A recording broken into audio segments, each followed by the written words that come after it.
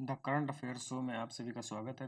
प्रश्न संख्या 1, हाल ही में चर्चा में रहा गिरा जलप्रपात किस नदी में गिरता है? Narmada, option B Ambika, option C Rupen, option D Sabarmati. विश्लेषण, हाल ही में गिरा जलप्रपात के पास मधुमक्खियों द्वारा काटे जाने के बाद सूरत के लगभग 19 लोग घायल हो गए थे। गिरा जलप्रपात भारत के पश्चिमी घाट में एक मौसमी झरना है जो गुजरात के वाघाई तालुका में स्थित है। यह कापरी नदी से निकलता है और अंबिका नदी में गिरता है। अंबिका नदी गुजरात और महाराष्ट्र दोनों राज्यों में बहने वाली नदी है। यह महाराष्ट्र के नासिक जिले में सपुत्रा पहाड़ी से निकलती है और 136 किलोमीटर का मार्ग तय करके अरब सागर में गिर जाती है। अतः इस प्रश्न का सही आंसर होगा अंबिका नदी। नेक्स्ट प्रश्न, प्रधानमंत्री मत्स्य संपदा योजना किस मंत्रालय द्वारा शुरू की गई है? ऑप्शन ए कृषि और किसान कल्याण मंत्रालय, ऑप्शन बी मत्स्य पालन पशुपालन और डेयरी मंत्रालय, ऑप्शन सी विज्ञान और प्रौद्योगिकी मंत्रालय, ऑप्शन डी उपभोक्ता मामले खाद्य और सार्वजनिक वितरण मंत्रालय। विश्लेषण, हाल ही में उत्तर पूर्वी क्षेत्र के साथ प्रधानमंत्री मत्स्य संपदा योजना की पहली बैठक हुई है। प्रधानमंत्री मत्स्य संपदा योजना को सितंबर 2020 में मत्स्य पालन पशुपालन और डेयरी पालन मंत्रालय द्वारा लॉन्च किया गया है। इसका लक्ष्य 2024-25 तक मछली उत्पादन को 220 लाख मीट्रिक टन बढ़ाना है। ये योजना समुद्री शैवाल और सजावटी मछली की खेती जैसे रोजगार पैदा करने की क्षमता पर केंद्रित है। इसमें मछली पकड़ने वाले जहाजों का बीमा, मछली पकड़ने वाले जहाजों के उन्नयन के लिए समर्थन, खारे क्षारीय क्षेत्रों के लिए जलीय कृषि सागर मित्र, न्यूक्लियस प्रजनन केंद्र, मत्स्य एवं जलीय कृषि स्टार्टअप, इंक्यूबेटर और एकीकृत एक्का पार्क जैसी प्रमुख गतिविधियां शामिल हैं। अतः इस प्रश्न का सही उत्तर है ऑप्शन बी मत्स्य पालन पशुपालन और डेयरी मंत्रालय द्वारा। अगला प्रश्न, राज्य चुनाव आयोग के संबंध में निम्नलिखित कथनों पर विचार कीजिए। कथन 1, इसमें राज्यपाल द्वारा नियुक्त एक राज्य चुनाव आयुक्त होता है। कथन 2, भारतीय संविधान के अनुच्छेद 243 के 1 में कहा गया है कि राज्य चुनाव आयुक्त का कार्यकाल और नियुक्ति राज्य विधानमंडल द्वारा बनाए गए कानून के अनुसार की जाएगी। कथन 3, अनुच्छेद 243 के 2 में कहा गया है कि पंचायतों के सभी मतदाता सूची की तैयारी का अधीक्षण, निर्देशन और नियंत्रण राज्य चुनाव आयोग करेगा। उपयुक्त में से कौन से या कौन सा कथन सही है? केवल एक, केवल दो, सभी तीन या इनमें से कोई नहीं। विश्लेषण, उत्तर केवल पहला कथन। विश्लेषण, हाल ही में पश्चिम बंगाल में राज्य चुनाव आयोग की ओर से होने वाले पंचायत चुनाव से पहले केंद्रीय अर्धसैनिक बलों की तैनाती को लेकर विवाद की स्थिति सामने आई थी। किसी राज्य के राज्य चुनाव आयोग में राज्यपाल द्वारा नियुक्त एक राज्य चुनाव आयुक्त शामिल होता है। कथन एक सही है। भारतीय संविधान के अनुच्छेद 243 के 1 में कहा गया है कि पंचायतों अनुच्छेद 243 जेडे के तहत नगरपालिकाओं के सभी चुनावों के लिए मतदाता सूची की तैयारी और संचालन का अधीक्षण, निर्देशन और नियंत्रण राज्य चुनाव आयोग में निहित होगा, इसलिए कथन 2 सही नहीं है। वहीं अनुच्छेद 243 के 2 में कहा गया कि कार्यकाल और नियुक्ति राज्य विधानमंडल द्वारा बनाए गए कानून के अनुसार होगी, इसलिए कथन 3 सही नहीं है। अतः इस प्रश्न का सही उत्तर है केवल कथन 1। हाल ही में चर्चा में रहा haematopoietic stem cell transplantation HSCT किससे संबंधित है? ऑप्शन ए एक प्रकार का कैंसर है, ऑप्शन बी गर्भनाल की स्टेम कोशिकाओं के माध्यम से उपचार, ऑप्शन सी किडनी से संबंधित विकार, ऑप्शन डी लीवर प्रत्यारोपण का प्रकार। आइए इसका विश्लेषण देखते हैं। हाल ही में रक्त बैंकिंग के संबंध में haematopoietic stem cell transplantation HSCT चर्चा में रहा है। Haematopoietic stem cell transplantation HSCT विभिन्न स्रोतों जैसे अस्थि मज्जा या गर्भनाल रक्त से स्टेम कोशिकाओं के प्रत्यारोपण को संदर्भित करता है। इसका उपयोग कुछ रक्त प्रतिरक्षा और मेटाबॉलिक डिसऑर्डर जैसे विकारों के उपचार में किया जाता है। गर्भनाल रक्त स्टेम कोशिकाओं का एक समृद्ध स्रोत है जो संभावित रूप से विभिन्न प्रकार की कोशिकाओं में विकसित हो सकता है और प्रत्यारोपण के माध्यम से उपयोग किया जा सकता है। हालांकि इसके लिए गर्भनाल और रोगी के बीच मिलान कराने के लिए कुछ मार्करों की जरूरत होती है। अतः इसका आंसर है गर्भनाल की स्टेम कोशिकाओं के माध्यम से उपचार। अगला प्रश्न, लैब ग्रोन डायमंड LGD के संबंध में निम्नलिखित कथनों पर विचार कीजिए। कथन एक, इसके उत्पादन में उपयोग की जाने वाली दो सबसे आम प्रौद्योगिकियां हैं नंबर 1 रासायनिक वाष्प जमाव CVD और उच्च दाब उच्च तापमान HPHT है। नंबर 2 इसे वैश्विक उत्पादन में भारत की हिस्सेदारी 15% है। कथन 3 इसकी गुणवत्ता को 4C कट, कलर, कैरेट और क्लैरिटी के रूप में चिन्हित किया जा सकता है। उपयुक्त में से कितने कथन सही हैं? केवल ऑप्शन ए केवल 1, ऑप्शन बी केवल 2, ऑप्शन सी केवल 3, ऑप्शन डी इनमें से कोई नहीं।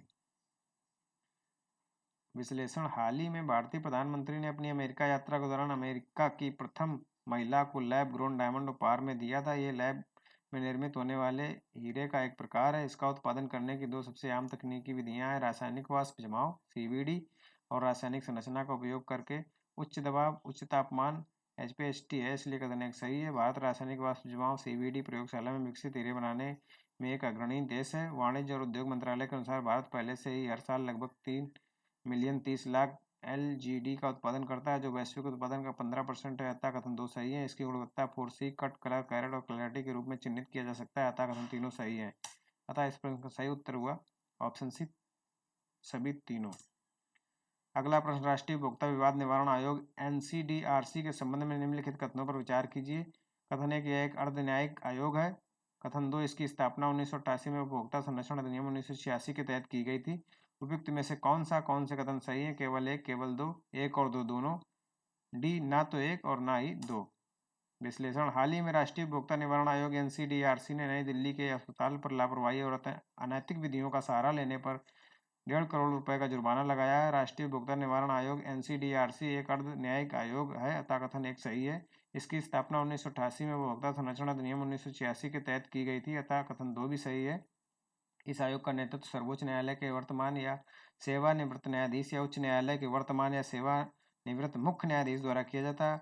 इस प्रकार विकल्प सी सही है। National consumer dispute redressal commission NCDRC, उत्तर सी 1 और 2 दोनों।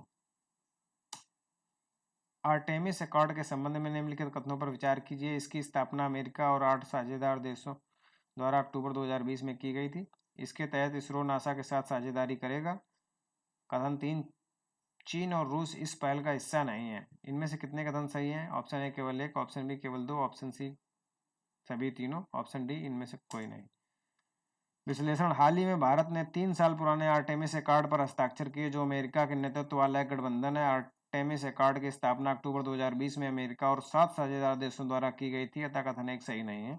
इसका उद्देश्य ग्रहों की खोज और अनुसंधान में अंतर्राष्ट्रीय सहयोग की सुविधा प्रदान करना है। भारतीय अंतरिक्ष अनुसंधान संगठन यानी इसरो अंतर्राष्ट्रीय अंतरिक्ष स्टेशन पर एक संयुक्त मिशन भेजने में अमेरिका के नेशनल एरोनॉटिक्स एडमिनिस्ट्रेशन यानी नासा के साथ साझेदारी करेगा। इसलिए कथन 2 सही है। इस समझौते पर अब तक 26 देशों ने हस्ताक्षर किए हैं, जिनमें मूल 8 देश भी शामिल हैं। चीन और रूस इस पहल के हिस्सा नहीं है। अतः कथन 3 सही है। इसलिए इसका उत्तर हुआ ऑप्शन बी, केवल 2 कथन 2 और 3। अगला प्रश्न, राष्ट्रीय फ्लोरेंस नाइटिंगेल पुरस्कार के संबंध में निम्नलिखित कथनों पर विचार कीजिए। कथन 1 इस पुरस्कार की स्थापना स्वास्थ्य और परिवार कल्याण मंत्रालय द्वारा की गई थी। कथन 2 इसकी शुरुआत 1973 में हुई थी। कथन 3 इनमें इसे नर्सों और नर्सिंग पेशेवरों द्वारा समाज को प्रदान की गई सराहनीय सेवाओं के सम्मान के रूप में प्रस्तुत किया जाता है। इनमें से कौन से कथन सही है? ऑप्शन ए केवल 1 और 2, ऑप्शन बी केवल 2 और 3, ऑप्शन सी केवल 1 और 3, ऑप्शन डी 1, 2 और 3। विश्लेषण हाल ही में भारत के राष्ट्रपति द्रौपदी मुर्मू ने इस वर्ष 2022 और 23 के लिए राष्ट्रीय फ्लोरेंस नाइटिंगेल पुरस्कार प्रदान किए हैं। आपको बता दें कि राष्ट्रीय फ्लोरेंस नाइटिंगेल पुरस्कार की स्थापना स्वास्थ्य और परिवार कल्याण मंत्रालय द्वारा की गई थी। इसलिए कथन 1 सही है। इसकी स्थापना वर्ष 1973 में की गई थी। इसलिए कथन 2 सही है। इसे नर्सों और नर्सिंग पेशेवरों द्वारा समाज को प्रदान की गई सराहनीय सेवाओं के सम्मान में प्रस्तुत किया जाता है। अतः कथन 3 सही है। अतः विकल्प डी सारे सही है, 1, 2 और 3। इस पुरस्कार का नाम ब्रिटिश नर्स, समाज सुधारक और सांख्यिकीविद फ्लोरेंस नाइटिंगेल के नाम पर रखा गया है। अगला प्रश्न, ग्लोबल लिवेबिलिटी इंडेक्स के संबंध में निम्नलिखित कथनों पर विचार कीजिए। कथन है कि इसे इकोनॉमिस्ट इंटेलिजेंस यूनिट यानी EIU द्वारा जारी किया जाता है। नंबर 2 ये मूल्यांकन के लिए 5 मैट्रिक्स का उपयोग करता है, यानी स्वास्थ्य, देखभाल, संस्कृति, पर्यावरण, शिक्षा और स्थिरता। कथन 3 न्यूयॉर्क को दुनिया में रहने के लिए सबसे अच्छा शहर नामित किया गया है। उपरोक्त में से कितने कथन सही हैं? केवल 1, केवल 2, सभी 3, कोई भी नहीं। विश्लेषण। हाल ही में the economics intelligence unit EIU ने ग्लोबल लिवरेबिलिटी इंडेक्स 2023 जारी किया था। कथन 1 सही है। ये मूल्यांकन के लिए 5 मैट्रिक्स का उपयोग करता है, जिसमें स्वास्थ्य देखभाल, संस्कृति, पर्यावरण, शिक्षा और स्थिरता शामिल है। ये रैंकिंग उन शहरों के बारे में प्रदान की जाती है जो जीवन की असाधारण गुणवत्ता प्रदान करने की उत्कृष्ट है। अतः कथन 2 भी सही है। इसमें लगातार दूसरे वर्ष ऑस्ट्रिया के वियना को दुनिया में रहने के लिए सबसे अच्छा शहर नामित किया गया है, इसलिए कथन 3 सही नहीं है। इस प्रकार केवल 2 कथन ही सही है। ए इसका सही उत्तर होगा option B. Global liveability index के संबंध में निम्नलिखित कथनों पर विचार कीजिए, जिसमें इसका सही उत्तर है केवल 2 कथन। अगला प्रश्न, स्वामी सहजानंद सरस्वती के संबंध में निम्नलिखित कथनों पर विचार कीजिए। कथन 1 ये भारत के किसान आंदोलन के जनक माने जाते हैं। कथन 2 इन्हें किसान प्राण के रूप में संबोधित किया गया था। कथन 3 ये पटना से हिंदी साप्ताहिक केसरी चलाते थे।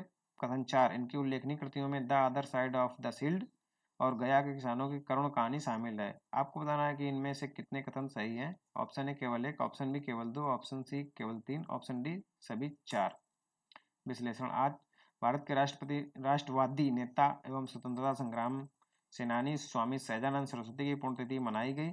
आपको बता दें कि स्वामी सहजानंद सरस्वती एक सन्यासी होने के साथ साथ एक क्रांतिकारी भी थे, जिन्होंने अपना जीवन भारतीय लोगों की राजनीतिक और आर्थिक स्वतंत्रता के लिए समर्पित कर दिया। ये भारत में किसान आंदोलन के जनक माने जाते हैं। अतः कथन 1 सही है। ये एक शक्तिशाली आंदोलनकारी और प्रचारक थे जो किसानों के अधिकारों के लिए काम करते थे। परिणाम स्वरूप स्वामी जी को उनके किसान सभा अनुयायियों द्वारा किसान प्राण के रूप में संबोधित किया जाने लगा, इसलिए कथन 2 सही है। एक सशक्त लेखक भी जो पटना से हिंदी साप्ताहिक हुंकार चलाते थे, इसलिए कथन 3 सही नहीं है।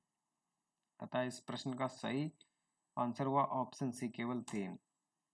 किसान समस्या और संघर्ष पर उनके लेखनी कृतियों में the other side of the shield, red reduction in Bihar, how it works, गया के किसानों की करुण कहानी, हाउ द किसान फाइट और किसान सभा के संस्मरण शामिल है, इसलिए कथन 4 सही है।